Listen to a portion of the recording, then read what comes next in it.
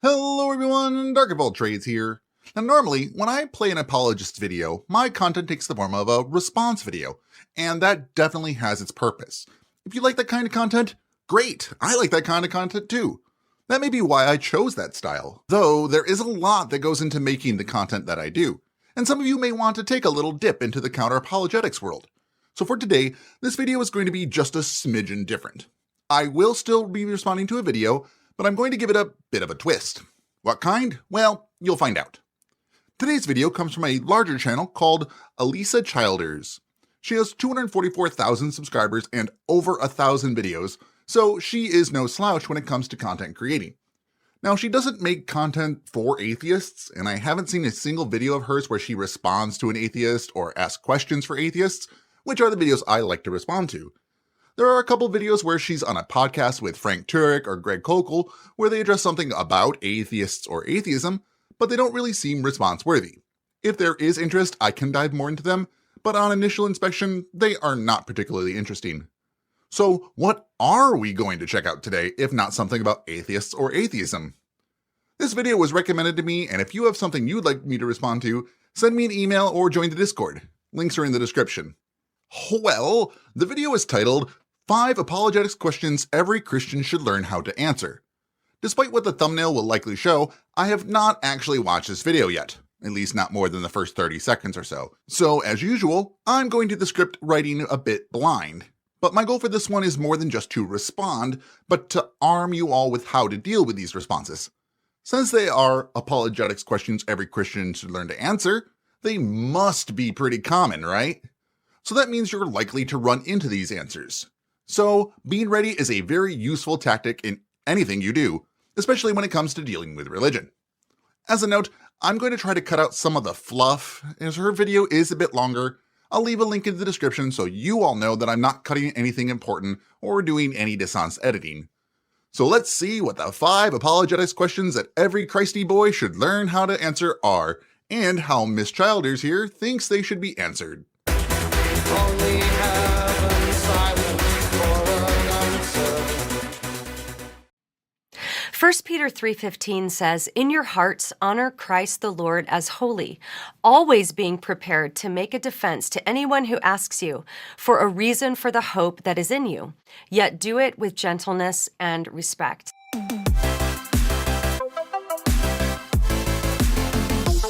Every Christian is called to be prepared to make a defense for what we believe. And the word that's used here, translated into English as defense, is the Greek word apologia. And this is where we get our English word apologetics. Apologetics just means giving a reason for what you believe. And when it comes to the realm of Christian apologetics, this can span a lot of different disciplines like science, logic, philosophy, and history. I actually can't argue with her explanation of what apologetics is. She's right on the money. The Greek word apologia literally means a reasoned defense, and in modern times it's defined as reasoned arguments or writings in justification of something, typically a theory or doctrine. So far, so good. The problem isn't with the definition, it's with how Christian apologetics is often practiced. Alisa says it spans disciplines like science, philosophy, and history, and it does. But when it comes to science, apologetics tends to bend itself into pretzels trying to keep up with what's actually discovered. When new evidence doesn't line up neatly with scripture, apologetics often shifts from following the evidence wherever it leads to finding a way to make the evidence fit the Bible. And when it can't, well, sometimes it collides with science so hard it makes the universe spin the other direction. Historically, literalists have had a rough time here. The Earth-centered universe, Noah's global flood, even the age of the Earth, all defended by apologists of their day as scientific fact, right up until science showed otherwise.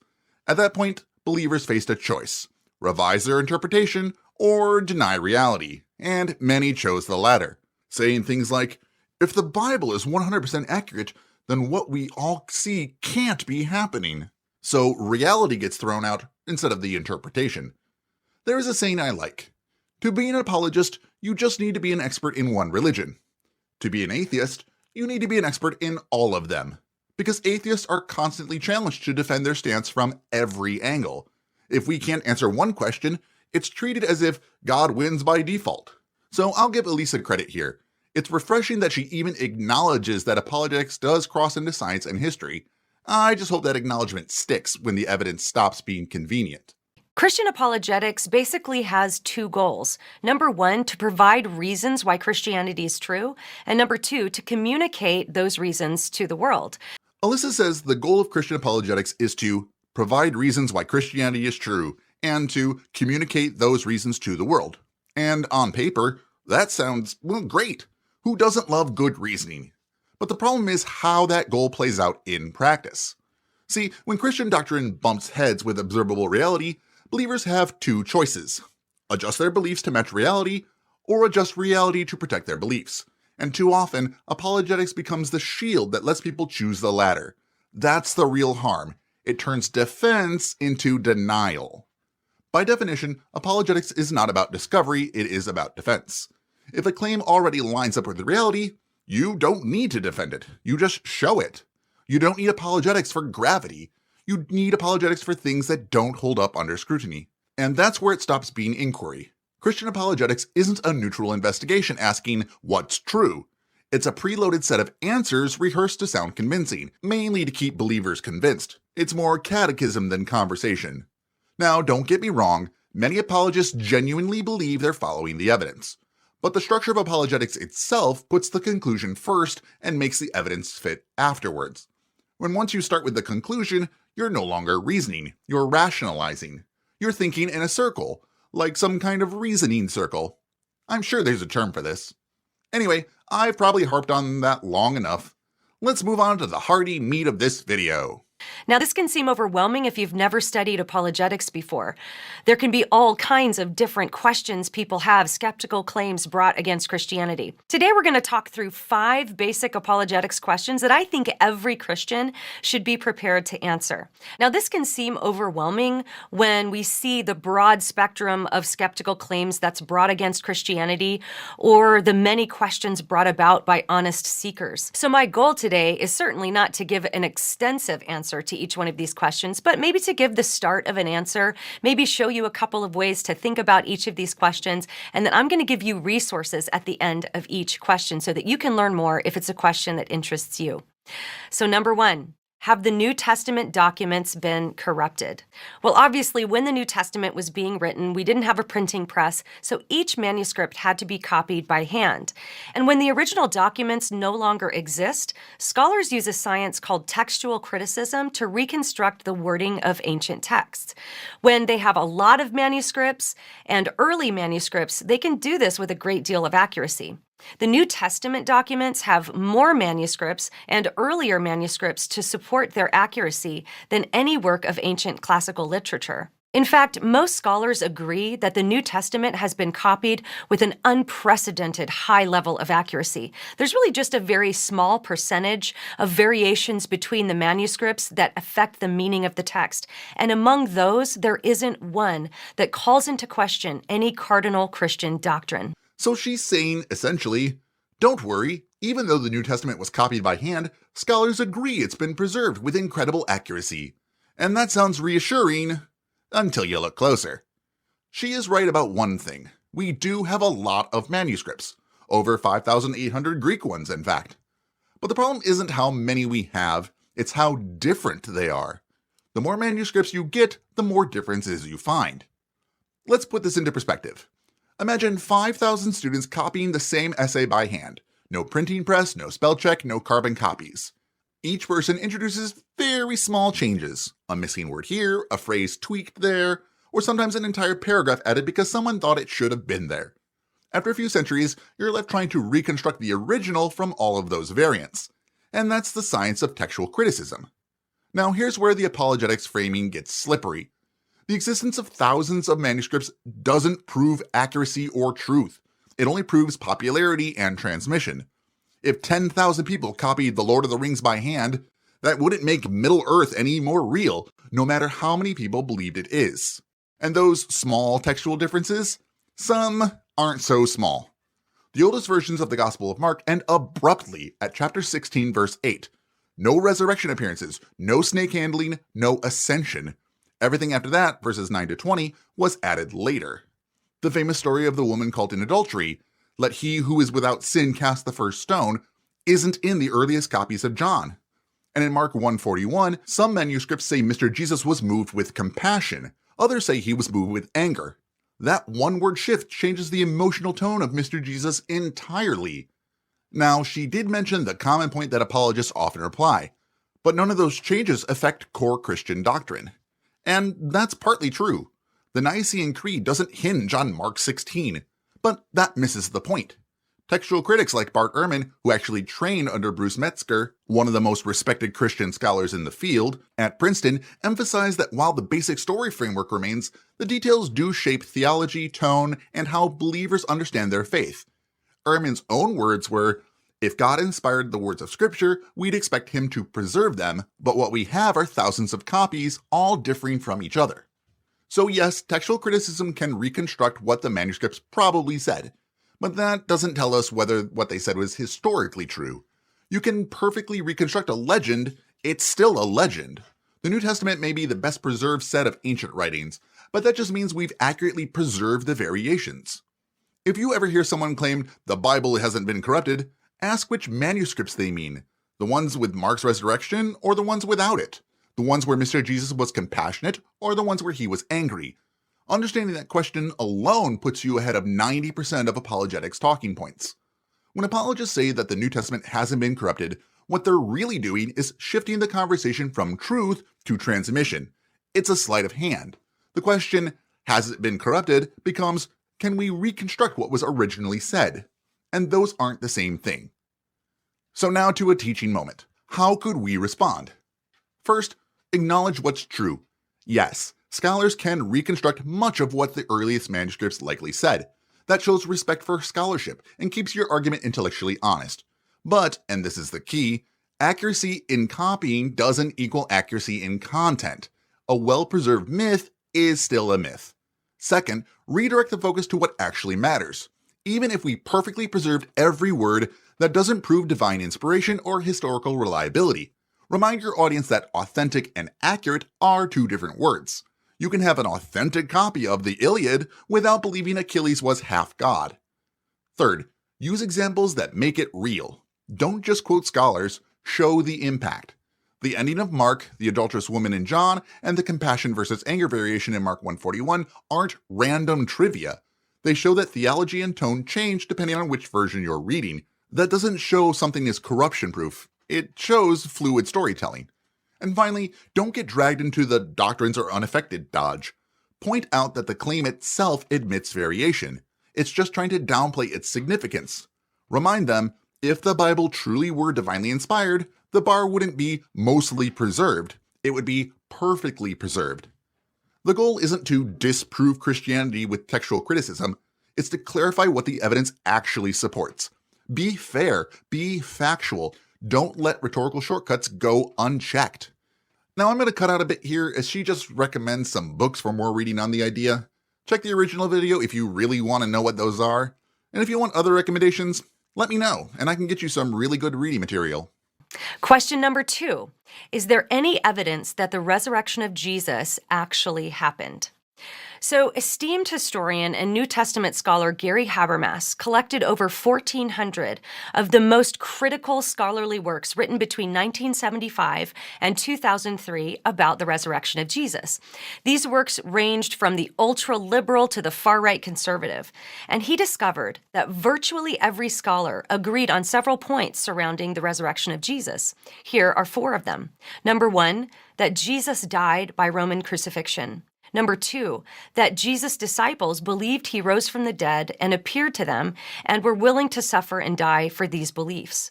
Number 3, that the church persecutor Paul suddenly became a Christian after having an experience that he believed was the risen Jesus. Number 4, the brother of Jesus and famously skeptical James was suddenly converted after he believed he had seen the risen Jesus. Habermas also noted that somewhere around 75% of scholars also agree that Jesus' tomb was found empty. The best explanation of these minimal facts is that Jesus was, in fact, resurrected from the dead. Ah yes, the ever-famous minimal facts argument, the crown jewel of modern apologetics. The claim goes something like this. Virtually all historians agree on a few basic facts. The best explanation for those facts are Jesus rose from the dead. Now that sounds clean, almost too clean, like an academic miracle on its own. So here's what they're talking about. Gary Habermas reviewed around 1,400 scholarly works between 1975 and 2003, and he said that nearly all scholars, conservatives, moderates, and liberal, agree on a few points. Mr. Jesus was crucified. The disciples believed they saw him after his death. Paul converted because he thought he saw Mr. Jesus. James, Mr. Jesus' skeptical brother, also converted. And many add a fifth that Mr. Jesus' tomb was empty. Now that sounds impressive until you realize two things. First, the list wasn't always so minimal. Earlier versions of this argument included up to a dozen or more facts. But over time, as critical scholarship pushed back, the weaker points were quietly dropped. The argument got slimmer, not stronger, like it was on a theological diet plan. Second, these aren't facts in the neutral historical sense. They're interpretations of theological texts. Let's look a little closer. Mr. Jesus' crucifixion. Reasonable. Rome crucified countless people. That tells us nothing supernatural. The disciples believed they saw him? Belief shows perception, not proof. People have visions of deities, aliens, and departed loved ones all the time. Paul's conversion? In his own writings in Galatians 1:16, he describes it as a revelation, an inward vision, not a face-to-face meeting with a resurrected body. James's conversion? We don't have any first-hand statement from James himself, only later tradition attributing it to a vision. The empty tomb? The earliest Christian sources, Paul's authentic letters, never mention it. That idea only appears decades later in the gospel narratives, and so on. So the minimal facts aren't minimal at all. They are a carefully selected set of claims that depend on later theological interpretation. And here's something interesting. Just for a bit of fun, ask if this argument is irreducibly complex. Every piece, crucifixion, disciples, Paul, James, empty tomb, has to stay intact, or the whole thing falls apart. It's minimal only in the same way a Jenga tower is minimal. Sure, it's standing, but one missing block, and it goes down. Natural explanations, on the other hand, don't need that kind of precision balancing act. Visions and hallucinations are well-documented psychological phenomena, especially in grief or religious fervor. Legends grow rapidly in oral cultures, and once those stories circulate, they reinforce each other until belief feels like certainty. So when someone says, virtually all scholars agree on these facts, the right response is, sure, but agreeing that people believed something happened isn't the same as proving it did. If someone throws the minimal facts argument your way, here's what you could do to handle it calmly and confidently. First, don't accept the frame. When they say almost all scholars agree, ask which ones and what they're agreeing on. Because historians agreeing that disciples believe something happened is not the same as agreeing that a miracle occurred. It's like saying everyone agrees people saw UFOs. Well, sure, but that doesn't prove aliens landed. Second, separate the data from the story. You can accept the historical background, that a man named Mr. Jesus likely existed, that the followers had visionary experiences, and that Christianity spread quickly, without accepting the supernatural claims layered on top. That's how historians work. They evaluate sources, not sermons. Third, guard against emotional traps. When someone says, "Why would the disciples die for a lie?" Remember, people of every faith, and even cults, have died for false beliefs. Martyrdom demonstrates conviction, not truth. Sincerity is not a substitute for evidence. And finally, put the burden where it belongs. You don't have to disprove the resurrection. They're claiming a man rose from the dead. That's an extraordinary claim, and extraordinary claims require extraordinary evidence. Ancient writings decades after the fact don't qualify. So if you stay calm, ask good questions, and keep the standards of evidence clear, you'll find that the minimal facts argument isn't really a wall of scholarship. It's more like a cardboard cutout painted to look like one. Or maybe the Roadrunner tunnel. This brings us to question number 3. Has science disproved God? Scientists study the material world, and by definition, God is not material. In fact, the statement, God does not exist, is not actually a statement of science. It's a philosophical statement. It can't be proven in a lab. So in order for scientists to assert that God does not exist, they have to filter their evidence through the philosophical lens of materialism, which excludes the possibility of anything outside the material realm. Frank Turek offers this illustration in his book, Stealing from God. Quote, to say that a scientist can disprove the existence of God is like saying a mechanic can disprove the existence of Henry Ford. It doesn't follow. This is a very common tactic. She's doing the God is invisible, don't touch him with your lab equipment move. Yeah, I know that is oversimplifying it a little bit. Now let me clear something up. Most atheists don't claim that science disproves God. What we say is that the claims about God's actions should have evidence if they affect the world we live in.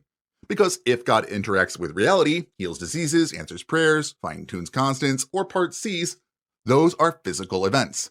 And physical events are exactly what science is designed to study. So when someone says science can't test God, what they're really doing is giving the whole game away. They are saying, often without realizing it, that God doesn't interact with the universe in any measurable way. But if that's true, then God becomes indistinguishable from not existing. If a being can act on atoms, biology, or consciousness, then by definition, that being's effects would be detectable. That's basic methodology. As physicist Sean Carroll put it, if God interacts with the world, he's part of the natural order and not beyond it. Alisa Childer's Frank Turek's Henry Ford analogy completely misses that point. A mechanic can't disprove Ford's existence, sure, but Ford left evidence, factories, patents, letters, witnesses, cars. If there were no traces of Ford's work, not even a Model T, historians would reasonably doubt he ever existed. Evidence is what bridges the gap between belief and knowledge. This makes this a false analogy fallacy. A false analogy occurs when two things being compared are not sufficiently alike in the relevant ways for the argument's conclusion to follow.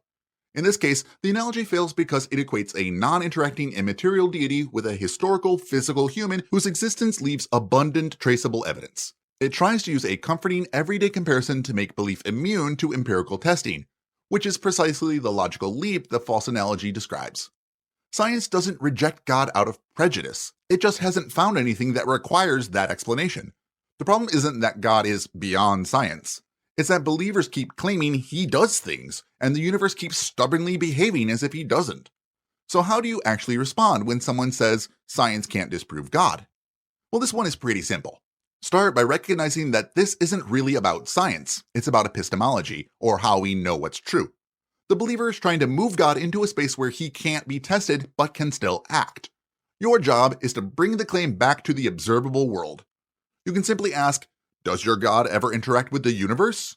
If they say yes, he heals, answers prayers, guides history, then that's a testable claim. Anything that influences the physical world leaves physical effects, and science is the tool we use to study those effects. If they say no, that God doesn't act within the universe, then you can calmly note that such a being is indistinguishable from one that doesn't exist.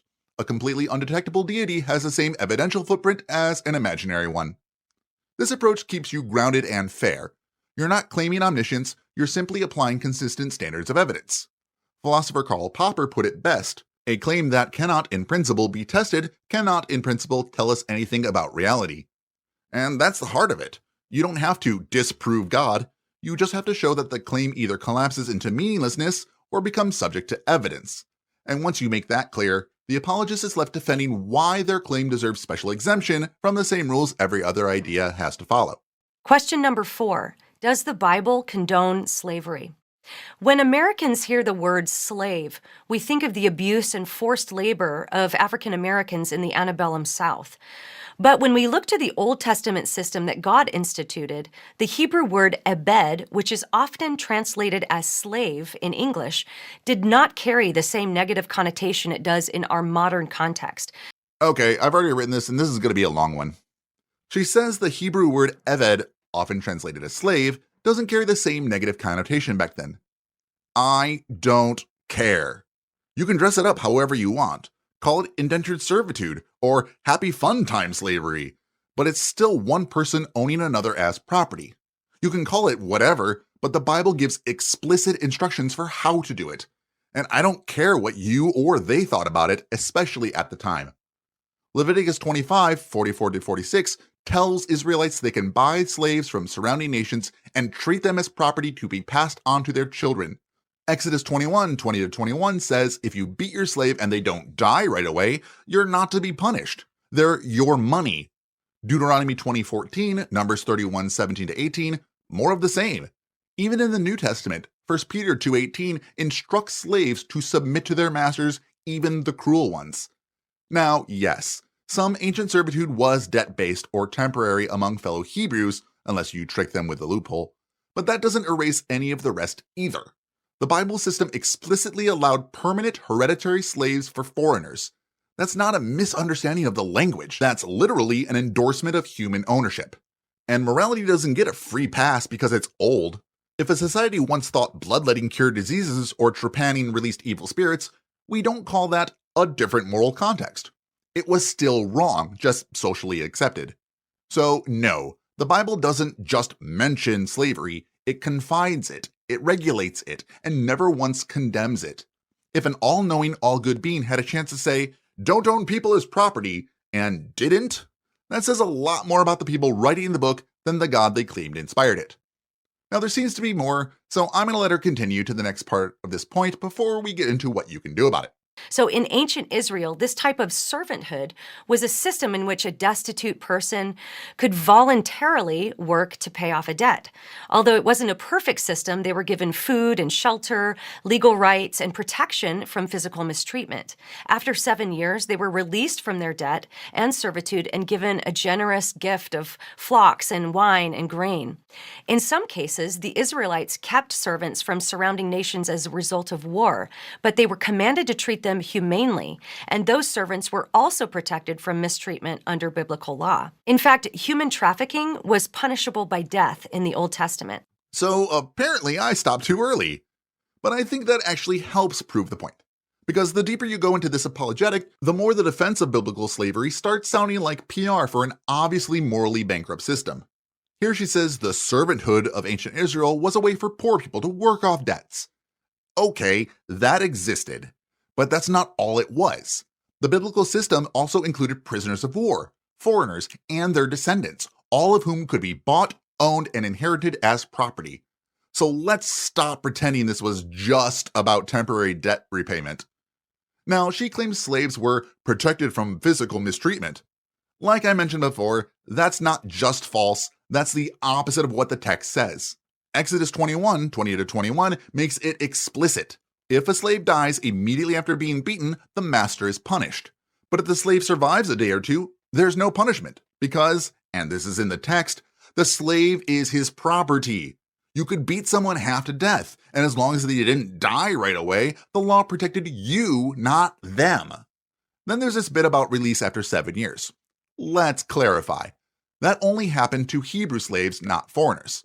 Leviticus 25:44-46 says you can keep slaves from neighboring nations permanently and pass them down to your children. So yes, there was a release clause, but only for your people. Everyone else stayed enslaved for life. Also notice how she's quietly switched from calling them slaves to servants. That's important to note. Changing the word doesn't change the ethics, whether you call it bond servitude or happy fun time indentured labor. It's still the ownership of human beings. And yes, human trafficking, kidnapping and selling a free Israelite was punishable by death. But that's not a defense of slavery itself. It's just a restriction on how slaves could be acquired. The Bible bans stealing a person, it doesn't ban owning them. So no, the Bible doesn't describe a humane employment system. It describes a regulated institution of human ownership, one that differentiates between insiders and outsiders, Israelites and foreigners. And when apologists try to soften that by rebranding slavery as servanthood, what they're really doing is a modern moral laundering, trying to make an ancient atrocity sound maybe respectable. This doesn't just show bad history, it's piled on top with bad ethics. Now, the type of slavery that was sanctioned by the Roman Empire in the New Testament context was a bit different than the type of system God instituted for Israel in the Old Testament. But it's interesting to note that nowhere in the New Testament is this type of slavery condoned. Oh, there it is, right there. She said the quiet part out loud. Listen again. Now, the type of slavery that was sanctioned by the Roman Empire in the New Testament context was a bit different than the type of system God instituted for Israel in the Old Testament. Did you catch that? Sanctioned by the Roman Empire, instituted by God. That's her phrasing, not mine. So according to Alisa Childers, yes, the Bible does condone slavery. The only difference is whose system you're trapped in. She's her own Trojan source. She smuggled the concession right into her defense. Now she says, but nowhere in the New Testament is this type of slavery condoned. Right, because it's not discussed at all in moral terms. There's no command saying, thou shalt not own people as property. There's no parable where Mr. Jesus tells a master to set all of his slaves free. Nothing like that exists. But what does appear? Instructions for slaves to obey their masters in Ephesians 6:5, Colossians 3:22, and Titus 2:9, and even to serve them as unto the Lord. Like I brought up before, 1 Peter 2:18 goes further. Slaves should obey their masters even when they are harsh. That's not reform, that's resignation. And yes, Roman slavery differed from the Hebrew version, but different doesn't mean biblical slavery was now somehow moral. Roman slavery was still hereditary, often lifelong, and economically exploitative. A cruel system with a different logo is still a cruel system. So if we take her word seriously, and I think we should, then by her own admission, God instituted slavery in the Old Testament, and the New Testament didn't challenge it. But she's touting it like some kind of moral evolution. But what it is explicit divine endorsement followed by divine silence. And the silence in the face of injustice, at absolute best, that's complicity. In fact, anywhere from 85 to 90% of the Roman population were slaves. All right, this line made me pause. She said, anywhere from 85 to 90% of the Roman population were slaves? Wait, what? 85 to 90%? That's not just off, that's cartoonishly wrong. This is a perfect example of why fact-checking matters. Historians estimate that in Italy, where the wealthy elite lived, slaves may have made up 30 to 40% of the population at most. Across the entire Roman Empire, though, closer to 10. I'll leave a link to where I got this in the description. So when someone throws out a stat that sounds unbelievable, check it. A 5-second search saves you from accepting fiction as fact. And encouraging slaves to rebel against their masters would have meant execution or branding. Instead, the Apostle Paul taught that slaves were on equal terms with free people in the eyes of God and encouraged change beginning in hearts. This radically countercultural teaching began to play out in history and would eventually inspire people like John Wesley and William Wilberforce to oppose modern slavery and support abolition. And then she says Paul didn't tell slaves to rebel because they'd be killed or branded. Instead, he taught that they were equal in the eyes of God. Okay, but not equal in the eyes of Roman law or society. Not equal where it matters, where they are affected. Not equal in the one life we know we have. And Paul never says, don't own people as property. Not once. He tells slaves to obey their masters as you would obey Christ. I don't know how anyone would think that this is a way of hinting at liberation, because that's blatantly calling for submission. And sure, she's right that people like John Wesley in the 1700s and William Wilberforce in the early 1800s used Christianity to fight for abolition. But others, just as devout, use the same Bible to defend slavery. So what does that tell us? If a book can justify both slavery and its abolition, it's not a moral compass, it's a mirror. It reflects whatever morality the reader already brings to it. Meaning it isn't coming from a god or the Bible, it's coming from the person. It seems like I could do a whole video on just this point, and I'll tell you that I had to go back after finishing the script and edit some of what I wanted to say out, because this section is just too long for this type of video. So now, when someone says the Bible doesn't condone slavery, and also that the word didn't have the same negative connotation, here's something you can do to respond effectively. The first and arguably best step is to go straight to the text. When what is in question is, does the Bible say X, going straight to the source is highly beneficial. Exodus 21 and Leviticus 25 don't just mention servants. They give rules for owning people, inheriting them, and beating them without punishment if they live a few days. That's ownership, not employment. Not metaphor, ownership. Second, don't get distracted by linguistic gymnastics. Whether the word was ebed, bondservant, or slave, the system described still treated people as property. Changing the label doesn't change the moral reality. It's like calling theft non-consensual borrowing. Third, connect it to the broader claim. If a perfect God inspired a moral code, why does it read like human legislation from the Bronze Age? Saying it was normal back then only proves it wasn't divine morality, it was cultural morality.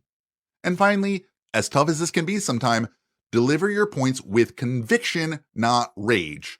A calm, confident tone makes the moral contrast louder than shouting ever could. But there is a point to being passionate. If you come off robotic, then the audience, whoever is witnessing your point, is going to notice. Though, if you're overly angry, you'll turn people away from your side. The goal isn't just to win, it's to make the audience see how desperate it sounds to defend slavery by rebranding it. See how Christopher Hitchens acted in his debates. He was excellent at showing his fiery passion while maintaining a collected tone. That's how you take control of the conversation, by staying factual, moral, and unshakably human. Now, on to the last question. This brings us to question number 5. Is there any evidence outside the Bible that Jesus actually existed? So this claim tends to make the rounds on social media from time to time, but the answer is really quite simple. There are 10 non-Christian sources that mention Jesus as an actual person within 150 years of his life. He's mentioned by Josephus, Tacitus, Pliny the Younger, Plegon, Thales, Suetonius, Lucian, Celsus, Marabar Serapion, and the Jewish Talmud. Now, this does not include the abundance of Christian historical witnesses who wrote about him, including the eyewitnesses. Alright, so here comes a classic apologetic list. There are 10 non-Christian sources that mention Jesus. And it sounds overwhelming. Josephus, Tacitus, Pliny the Younger, Phlegon, Thalius, Suetonius, Lucian, Celsus, Marabar Serapion, and the Talmud. That's a lot of names. But as always, let's check what's actually there and when they supposedly wrote about Mr. Jesus. Josephus wrote around 93 CE, about 60 years after Mr. Jesus supposedly died. The part where he mentions Mr. Jesus? Most historians agree it was tampered with by later Christians. It is possible he said something, but we can't know for sure. The version we have isn't original. Tacitus, writing roughly 115 CE, says, Christus was executed under Pontius Pilate. That sounds solid, until you realize Tacitus wasn't citing a Roman record. He was just repeating what Christians of his time had already claimed. And that's not evidence of a man's existence. It's evidence of a growing belief. The other ones get even thinner. Pliny the Younger only notes that Christians worship Christ as a god. In the case of Phlegon, at best, only fragments of what he wrote survived, mainly through Christian apologists like Origen and Eusebius. So no surviving original, and references that are filtered through Christian hands. As for Thalius, though he was a writer in the 1st century, none of his manuscripts survived. His supposed mention of darkness at Mr. Jesus' death is only known through Julius Africanus, a 3rd century Christian writer. Suetonius only mentions disturbances among Jews at the instigation of Chrestus, which may not refer to Christus, Mr. Jesus. Chronologically, it fits Claudius's reign, circa 49 CE, but could refer to another agitator entirely. Lucian mocks Christians for worshipping a crucified man. His writings were satire, not history. Celsus's works were based on what Christians already taught, not independent investigation. They are valuable for showing how pagan critics viewed Christians, but not historical confirmation. Marabar Serapion, in A Letter from a Prisoner to His Son, refers to the execution of a wise king of the Jews. The passage could refer to Mr. Jesus, but it could also refer to any of several Jewish teachers or leaders, far too vague to confirm Mr. Jesus.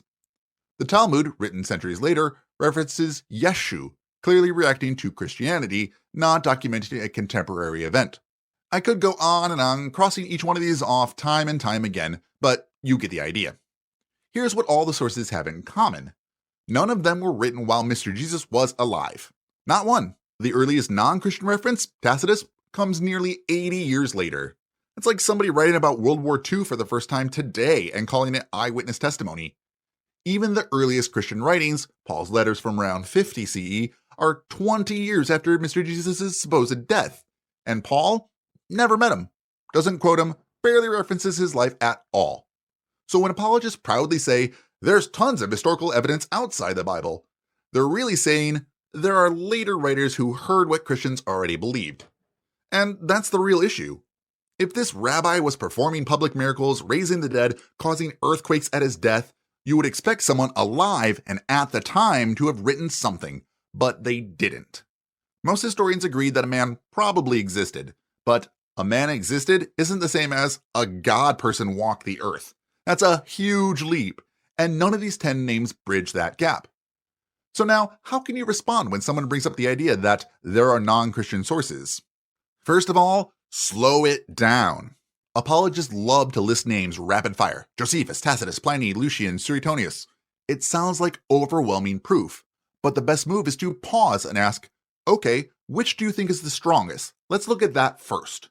That simple question stops the information dump and forces focus. Second, separate existence from divinity. You're not debating whether a man named Mr. Jesus might have lived. That's a reasonable historical position. The claim here is that these writers confirm the gospel story, and they don't. They're just repeating what Christians already believed decades later. When someone tries this, highlight the timeline. Josephus writes 60 years after the fact. Tacitus, 80 years. The Talmud, centuries. None of these people were alive when Mr. Jesus supposedly lived. And if no one documented his miracles, crucifixion, or resurrection while they were happening, it's not exactly strong evidence. Then, expose the secondhand nature. Tacitus and Pliny the Younger weren't researching archives. They were at best reporting rumors from the Christians of their day. Once you point that out, the argument collapses from independent historical confirmation to people later repeated what believers said. Finally, finish with context. You can calmly say, even if a man named Mr. Jesus existed, that doesn't verify his miracles or divinity. The evidence supports that a movement arose, not that a God-man walked the earth. This approach works because it's methodological, not emotional. You're not denying that history happened, you're clarifying what the evidence actually demonstrates. You can grant a lot more than you may think, and the apologist still has all of their work cut out for them. Now her last little bit is her recommending more books, which I cut out, including Frank Turek's I Don't Have Enough Faith to Be an Atheist. I'm sure we all have our own feelings about that one, so I won't get into it here. So I hope this video has helped equip you and give you a bit of a bird's eye view into what it might look like for you to begin to answer these basic apologetics questions as you become prepared to make a defense to anyone who asks you for a reason for the hope that is in you. And remember to do it with gentleness and respect. So that's the end of the video. Now let's summarize. I'm going to give the questions that theists/apologists are responding to, give her condensed answer, and then the bullet points for what you can do to respond to them. First, have the New Testament documents been corrupted? Her answer: we have thousands of early manuscripts, more than any other ancient text, and textual criticism shows the New Testament has been copied with unprecedented accuracy. Variants don't affect core doctrines. So first, acknowledge what's true. Second, redirect the focus to what actually matters. Third, use examples that make it real. And finally, don't get dragged into the doctrines are unaffected dodge. Second question, is there any evidence that the resurrection happened? Her answer cites Gary Habermas, minimal facts approach, scholars, even skeptical ones, agree on Mr. Jesus' crucifixion, disciples, belief in appearances, Paul's conversion, James's conversion, and 75% empty tomb. Best explanation equals resurrection. So first, don't accept the frame. Second, separate the data from the story. Third, guard against emotional traps. And finally, put the burden of proof where it belongs. The third question, has science disproved God? Her answer, science studies the material world. God is immaterial. Saying science disproves God is like saying a mechanic disproves Henry Ford. Science can't rule on God's existence because God is beyond its scope. So start by recognizing that this point really isn't about science, but rather it's about epistemology, or how we know it's true. And simply ask, does your God ever interact with the universe? And go from there. Fourth question, does the Bible condone slavery? Her answer, Old Testament slavery was more like indentured servitude with protections and release after 7 years. Foreign slaves were treated humanely. New Testament slavery reflected Roman culture, but Paul's teaching that slaves and masters are equal before God planted seeds of abolition. So the first and arguably best step is to go straight to the text. Second, don't get distracted by linguistic gymnastics. Third, connect it to the broader claim. And finally, deliver your points with conviction, not rage. Finally, the fifth question, is there evidence outside the Bible that Mr. Jesus existed? Her answer? Yes, there are at least 10 non-Christian sources, Joseph, Tacitus, Pliny, etc., that mention him within 150 years. That's independent confirmation beyond the Bible. So first of all, slow it down. Second, separate existence from divinity. When someone tries repeating what Christians believe, highlight the timeline. Then expose the secondhand nature. And finally, finish with context. For any of these responses, Being prepared and understanding the apologist's position, better than they do if possible, will be invaluable. Showing your understanding of their points will demonstrate that you understand their position, but also demonstrate that you are listening, and your interlocutor will feel heard, even if you end up still disagreeing. There are a number of ways you can go about addressing what apologists are saying, and there may not be one best answer to any specific apologetic. Find what works best for you, what you are most comfortable working with. If you have a science background, then going with science-based responses may behoove you. If you have a history degree, put that thing to use. Overall, I give A. Childers and 8 facepalmy Mr. Jesuses out of 10. Her video represents a polished but surface-level form of apologetics that prioritizes faith-affirming talking points over critical engagement with scholarship. While she cites some legitimate scholars, especially her book recommendations, which I didn't put here, she uses their authority selectively, often presenting complex debates as if they're unanimously settled in favor of Christian orthodoxy. For instance, the textual accuracy of the New Testament is more nuanced than virtually every scholar agrees, and her presentation of the minimal facts approach to the resurrection omits substantial scholarly criticism of Habermas's and Lycona's methodology. Her handling of slavery and science are textbook apologetics oversimplifications, technically referencing real concepts, but without addressing competing or modern academic interpretations. She consistently frames issues in a way that avoids admitting genuine scholarly disputes or moral difficulties. She cherry-picks apologetic-friendly scholars, Turek, Habermas, Copen, and ignores major counterpoints, e.g. Bart Ehrman on textual variants, Richard Carrier on mythicism, or the sociocultural brutality of ancient servitude. Her answer to "Has science disproved God?" commits a category error by redefining science to protect theology from falsification, while comparing scientists to mechanics disproving Henry Ford, a false analogy that sidesteps the actual issue. Her rhetorical tone is polished and pastoral, but not rigorous. Her goal here seems to be to give beginners confidence, not competence. The bottom line is, despite her sincerity, this video exemplifies confirmation-based apologetics, academically shallow and intellectually one-sided. It's designed, like pretty much all apologetics videos, to more reassure believers than to engage skeptics or present honest scholarship. That's it for this one. So now, what do you think? Did you appreciate this style of response and instructional? Or do you think this style is a bit overcomplicated? Let me know in the comments. Even if you didn't enjoy it as much, but still appreciated the effort that goes into this kind of content, show that by still hitting that like button. And if you appreciated the education content and want to see more, hit that subscribe button to get new educational takes delivered directly to your YouTubes. Though speaking of not making things overly complicated, I need to give a complex but not complicated thanks to my patrons, especially Calanimus Anima and Sora, who are the two-sided academically rigorous exemplification of my channel.